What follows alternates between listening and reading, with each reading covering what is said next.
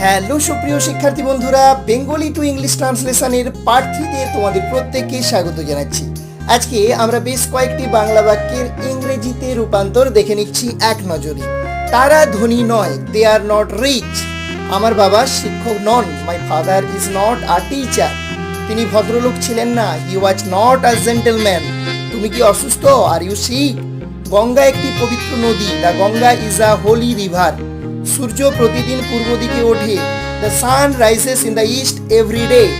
এটা একটা গুরুত্বপূর্ণ ঐতিহাসিক উপন্যাস, it's an important historical novel. Ramen এই শ্রেণীর সব থেকে ভালো ছেলে, Ramen is the best boy in the class. তুমি কত বড় শয়তান, তুমি কত বড় শয়তান। What a devil you are. Taj Mahal অবস্থিত যমুনা নদীর তীরে, the Taj Mahal is situated on the bank of Jamuna. প্রত্যেককে অসংখ্য ধন্যবাদ।